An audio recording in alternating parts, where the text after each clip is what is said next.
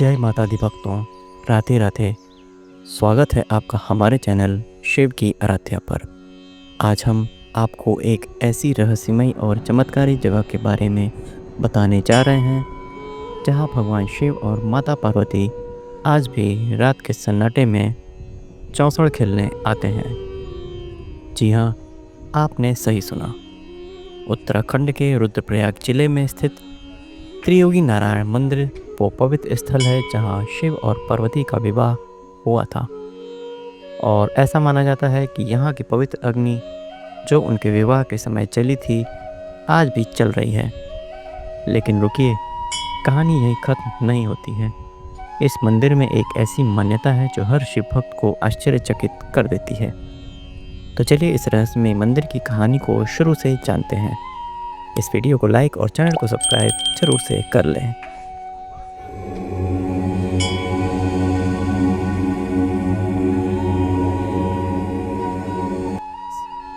दोस्तों, त्रियोगी नारायण मंदिर उत्तराखंड के रुद्रप्रयाग जिले में एक छोटे से गांव त्रियोगी नारायण में स्थित है।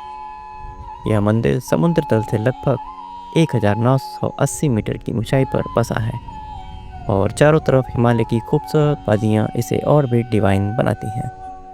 इस मंदिर की सबसे खास बात यहाँ की अखंड ज्योति जो पिछले 3 युगों से चल रही है। जी हाँ, यह वही अग्नि है जो शिव और पार्वती के विवाह के समय प्रज्वलित की गई थी। स्थानीय लोगों और पुराणों के अनुसार यह मंदिर वह स्थान है जहाँ भगवान शिव और माता पार्वती ने 7 फेरे लिए थे। यहाँ की हर दीवार, हर पत्थर और यहाँ की हवा में उनकी डिवाइन प्रेजेंस महसूस की जा सकती है। मंदिर में भगवान विष्णु की मूर्ति भी स्थापित है क्योंकि मान्यता है कि उनके भाई भगवान विष्णु ने ही इस विवाह को संपन्न कराया था। लेकिन दोस्तों, इस मंदिर की सबसे रोमांचक बात है चौसड़ खेल की कहानी, जिसके बारे में हम आगे जानेंगे। दोस्तों, शिव और पार्वती की प्रेम कहानी हिंदू धर्म की सबसे सुंदर और प्रेरणादायक कथाओं में से एक है। पुराणों के अनुसार माता पार्वती जो पर्वतराज हिमवान की पुत्री थीं, बचपन से ही शिव को अपना पति मान चुकी थीं। लेकिन शिव को पाना इतना आसान नहीं था।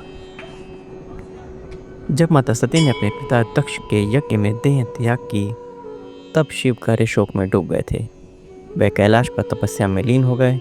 उसी समय माता सती ने पार्वती के रूप में हिमाचल के घर जन्म लिया। पार्वती ने शिव को पाने के लिए कठोर तपस्या की। उनकी तपस्या इतनी प्रबल थी कि तीनों लोग हिलने लगे। आखिरकार शिव जी उनकी भक्ति और प्रेम से प्रसन्न हुए और विवाह के लिए तैयार हो गए। लेकिन दोस्तों, शिव जी की बारात तो अनोखी थी। वे भूत प्रेत, डाकिनी, शाकिनी और अपने गणों के साथ पार्वती के द्वार पर पहुंचे।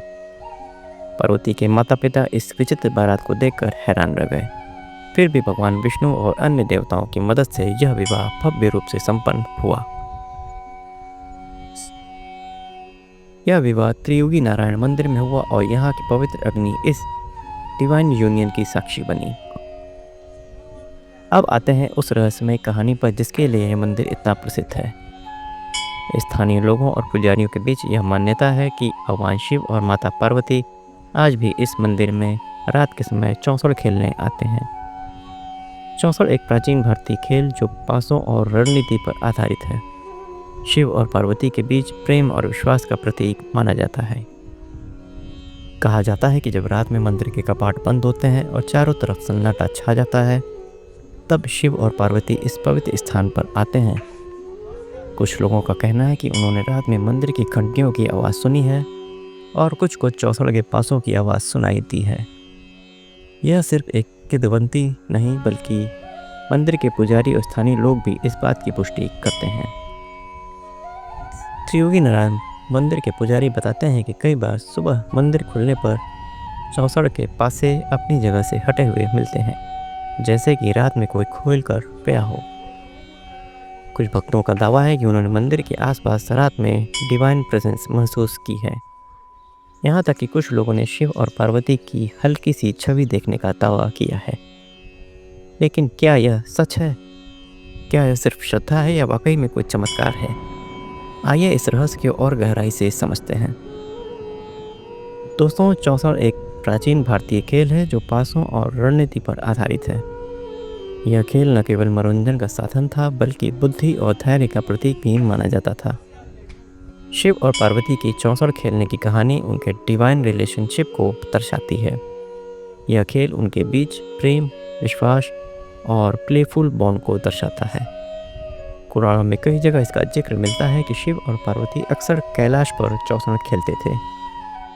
माना जाता है कि पार्वती इस खेल में बहुत कुशल थीं और कई बार शिव को हरा देती थीं। यह कहानी त्रिपुरी नारायण मंदिर के साथ जुड़कर और भी खास हो जाता है, क्योंकि यहाँ की पवित्रता और डिवाइन एनर्जी इस मान्यता को और मजबूत करती है। मंदिर के पुजारी बताते हैं कि चौसर खेल की यह परंपरा आज भी जीवित है। कुछ लोग कहते हैं कि शिव और पार्वती इस खेल के जरिए भक्तों को यह संदेश देते हैं कि जीवन में संतुलन और प्रेम सबसे महत्वपूर्ण है। त्रियोगी नारायण मंदिर न केवल शिव पार्वती के विवाह के लिए प्रसिद्ध है बल्कि यहाँ होने वाले चमत्कारों के लिए भी जाना जाता है। यहाँ की अखंड ज्योति को देखकर भक्तों को डिवाइन एनर्जी का अनुभव होता है। माना जाता है कि इस अग्नि के दर्शन और इसके सामने प्रार्थना करने से वैवाहिक जीवन में सुख शांति आती है। कई जोड़े यहाँ विवाह के लिए आते हैं क्योंकि ऐसा माना जाता है कि यहाँ 7 फेरे लेने से वैवाहिक जीवन अटूट हो जाता है। इसके अलावा मंदिर के आसपास का शांत और पवित्र वातावरण भक्तों को आध्यात्मिक शांति प्रदान करता है। स्थानीय लोगों का कहना है कि जो भक्त सच्चे मन से यहाँ प्रार्थना करते हैं उनकी हर मनोकामना पूरी होती है और चौसर खेल की कहानी इस मंदिर को और भी खास बनाती है। यहाँ आने वाले भक्तों का मानना है कि शिव और पार्वती की डिवाइन प्रेजेंस आज भी इस मंदिर में मौजूद है। दोस्तों, अगर आप इस चमत्कारी मंदिर के दर्शन करना चाहते हैं तो यहाँ पहुँचना ज़्यादा मुश्किल नहीं है। त्रियोगी नारायण मंदिर रुद्रप्रयाग जिले में स्थित है। निकटतम रेलवे स्टेशन ऋषिकेश है जो लगभग 240 किलोमीटर दूर है। सबसे नज़दीकी हवाई अड्डा जॉली ग्राउंड देहरादून में है। ऋषिकेश से आप बस या टैक्सी के जरिए त्रियोगी नारायण मंदिर पहुंच सकते हैं। रास्ते में आपको हिमालय की खूबसूरत वादियाँ और गंगा नदी के किनारे का मनोरम दृश्य देखने को मिलेगा। मंदिर तक पहुंचने के लिए थोड़ा ट्रैकिंग भी करना पड़ सकता है, लेकिन यह अनुभव बेहद खास है। तो दोस्तों, यह थी त्रियोगी नारायण मंदिर की रहस्यमय और चमत्कारी कहानी, जहां भगवान शिव और माता पार्वती आज भी चौसर खेलने आते हैं। इस मंदिर की डिवाइन एनर्जी और शिव पार्वती की प्रेम कथा हर भक्त के दिल को छू लेती है। दोस्तों, अगर आपको यह कहानी पसंद आई तो वीडियो को लाइक करें, अपने दोस्तों के साथ शेयर करें और हमारे चैनल को सब्सक्राइब करना न भूलें। क्या आप इस मंदिर के दर्शन करने की योजना बना रहे हैं, या क्या आपने कभी यहाँ कोई चमत्कार अनुभव किया है? हमें कमेंट में ज़रूर बताएं। मिलते हैं आपसे अगली वीडियो में, तब तक आप अपना ख्याल रखें। आपका दिन मंगलमय हो। हर हर महादेव।